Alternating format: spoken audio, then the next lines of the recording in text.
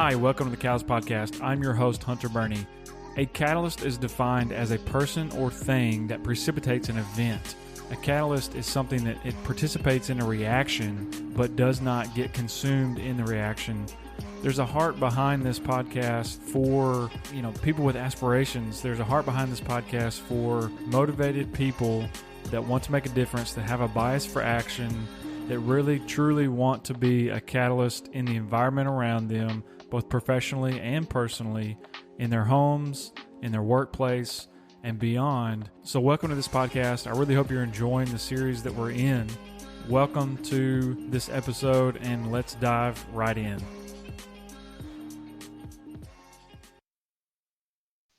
Wheels up.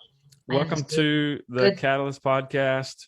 Thank you for being here, Alexandra. I want to just introduce you real quickly, and then I'll turn it over to you. But we've been in kind of a mix of topics in these last guests and last couple of series.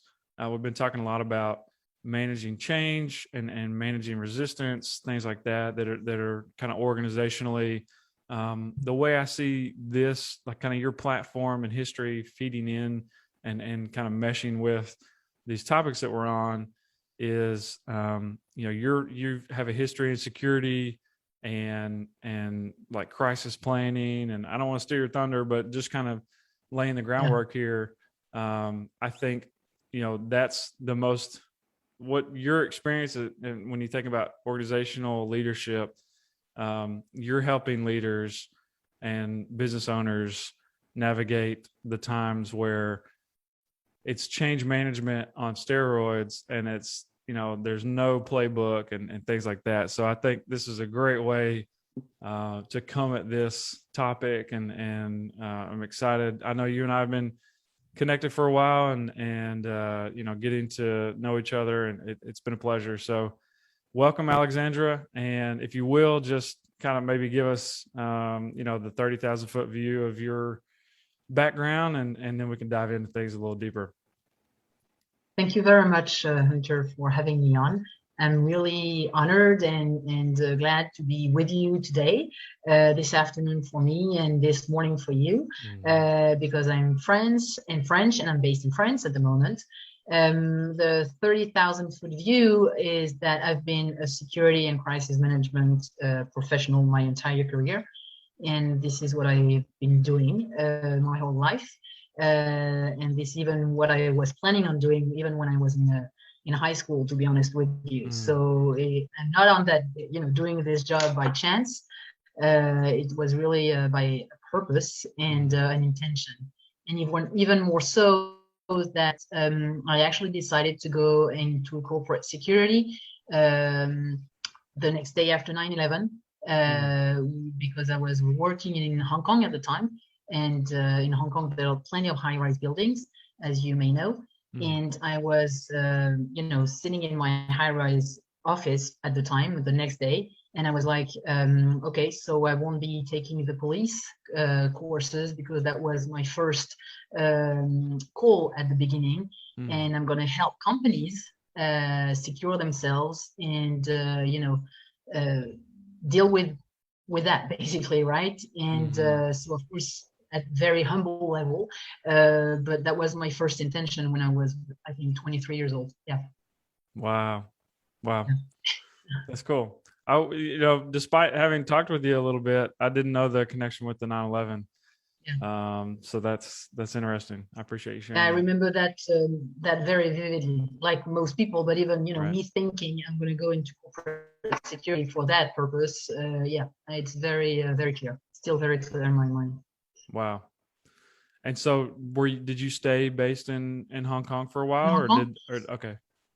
I stayed in Hong Kong for a couple more months, and then moved back to France at the time, and moved to New York to study corporate security at John Jay College of Criminal Justice. Okay. At the time, there was no such programs in France, and even worldwide, it was there were still very few programs that dealing with corporate security, crisis management.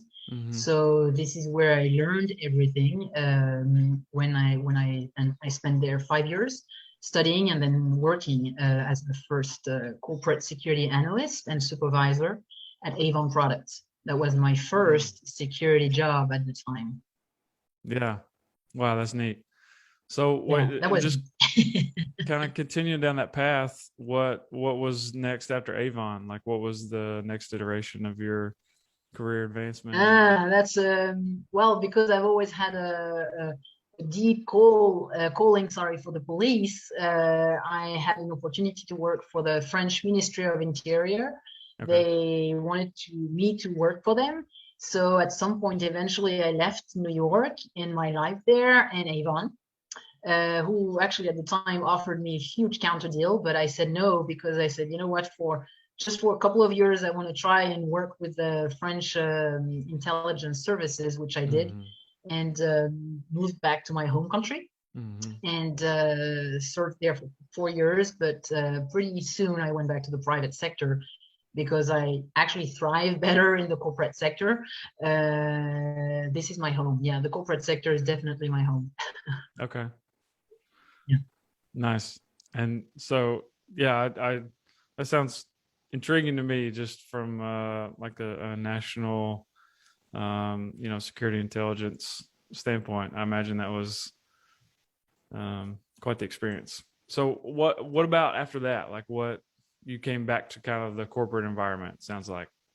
Well, I came back to the corporate environment and went back to my, I would say, very, very normal security job, except that this is already when I was at Avon, I already started learning a lot about corporate resilience, I should say, because when I landed the job at Avon, this is right when we started having the H5N1 crisis. I don't know if you remember that, back in Asia.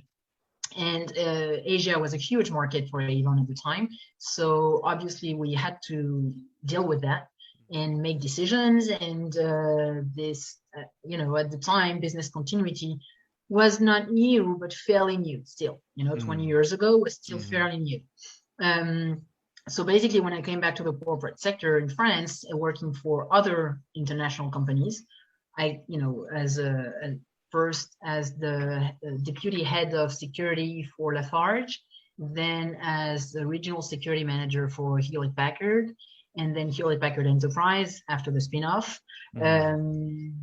Just doing my daily security job, lots of incidents, lots of audits, lots of planning, lots of responding, and learning a lot. Because when I was at Lafarge, and I'm actually mentioning those events because those events, each of them, have been cornerstones actually throughout my career. The H5, first 9/11, then the H5N1, and then when I was at Lafarge, we had to deal with the Arab Spring, and evacuate a serious bunch of people. Then at HP, we had many other incidents because I stayed there for 6 years. So you can imagine 6 years as the regional security manager for an entire sub-region, especially during the time when we had lots of terrorist attacks across Europe. So at times it was messy, very, very messy. But these were all, cornerstones of my career where I loved what I was doing, and I learned a great deal. And this is also why I came to the conclusion that being an expert at this job technically was, I would say, easy.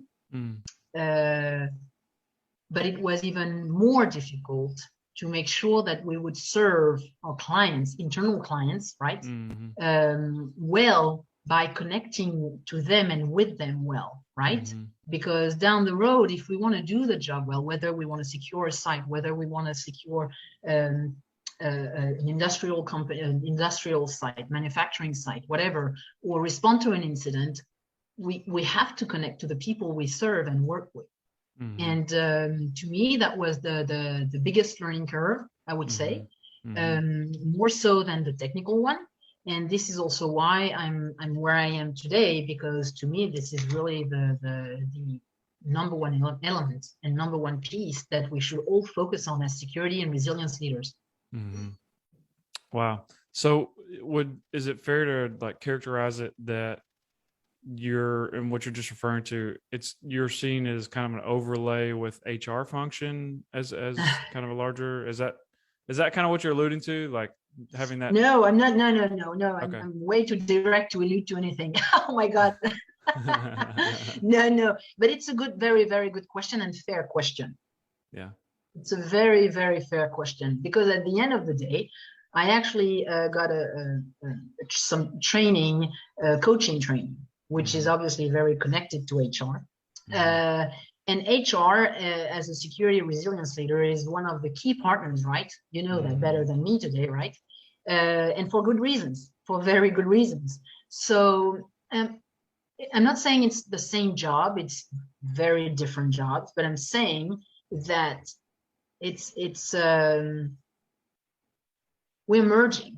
We're all merging into one when it comes to doing this job, basically, because we can't just consider that cyber and IT and tools are the only solutions to what we need. Even if the world is extremely modern today, even if technology moves extremely fast, at the other end of the computer, we still have a person, and we can't skip that.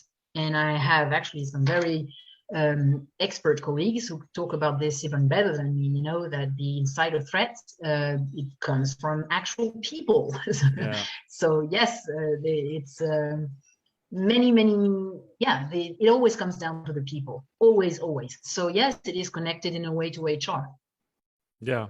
No, I love that. And it makes me think, so my, full-time role is in email security. And what our core belief as a company and the way we've positioned our platform and the way we've found success in the market is exactly what you're referring to. Like, you can have all the technology in the world, there's still evolving threats out there that are, rapidly evolving along with technology. And at the end of the day, you still have that end user, you still have that human being as your last line of defense. And it takes a combination of, a focus on enabling, equipping, and educating the human being as equally alongside with making sure you've got the best technology in place. Yep. And sometimes, because I think, not that I know it's highly technical, I think it's a bit easier to deal with the tech stuff than with people, to be honest with you. Yeah, no, I think I'm glad you're just keeping it real, right? I mean, I think that's because you can't control someone. You can never control anyone. You can control a machine much better. Of course, machine can go crazy sometimes, like we saw with the social networks a couple of days ago, right? And the whole world went crazy. But yeah, no, you can't control people like this. No way. And that's why I think it's even more interesting. And that's why it's even a stronger reason to look into it. Yeah. So it makes me think, and maybe I'm stepping back a couple steps here, but you were talking about kind of that transition from earlier in your career, public sector, national defense, and being on kind of that nation state role, and then back to the marketplace. What attracted you to coming back to the marketplace? Was it the way you see things, like the framework for crisis response is more in line? Was it just like a philosophical approach to crisis, or what how would you characterize just the main contrast between? I think, well, it was a long time ago, so at the time I was not at the same place in my personal life, right? Okay. And one of the big things is, obviously now everyone knows, or at least everyone is aware, personal and professional life, they're all mingled, basically, right? Right. So at the time, my biggest interest was to basically travel the world, and the corporate sector could offer me this. I was traveling all the time. I was traveling to I've actually discovered countries I would have never discovered on vacation myself, right? I went to Ukraine, to Russia, to Egypt, to all kinds of places like this. And that was my thrill at the time, to be very, very clear. That was my thrill. I loved, learning and connecting with the different markets and the different countries and different cultures. What I actually love in the corporate environment, and I know that governmental agencies have that as well, but particularly in private companies, when they're run well, when there's a strong culture, I think it's super really, really cool to belong to it, right? And we kind of had that at HP, for instance, just one example. It's once HP, always HP, basically, we say that. It's when the culture is strong, belonging to that, to a story like this, it's to me is really, really exciting and really cool. And I think I still have colleagues working for companies like this, and it's pretty much what they say. They're really proud to serve companies like this, right? And of course, I was super proud to serve my government at the time. But again, just taking everything into consideration, the opportunities to travel, and to travel very often, and to be free to move anywhere I wanted was a huge factor for me at the time. Thank you for being a part of this journey. Definitely subscribe, check out Be a Catalyst on Instagram and on Twitter. Also, don't forget to check out the YouTube channel where you'll find videos in addition to the Catalyst podcast recordings that give a little bit more context around my heart for training, my heart for seeing early to middle managers and first-time leaders really thrive and be a catalyst in the organization that they're in the project that they are after, everything that goes along with that. So thank you for being a part of this. Tune in for the next episode, and remember, be you, be confident, be a catalyst.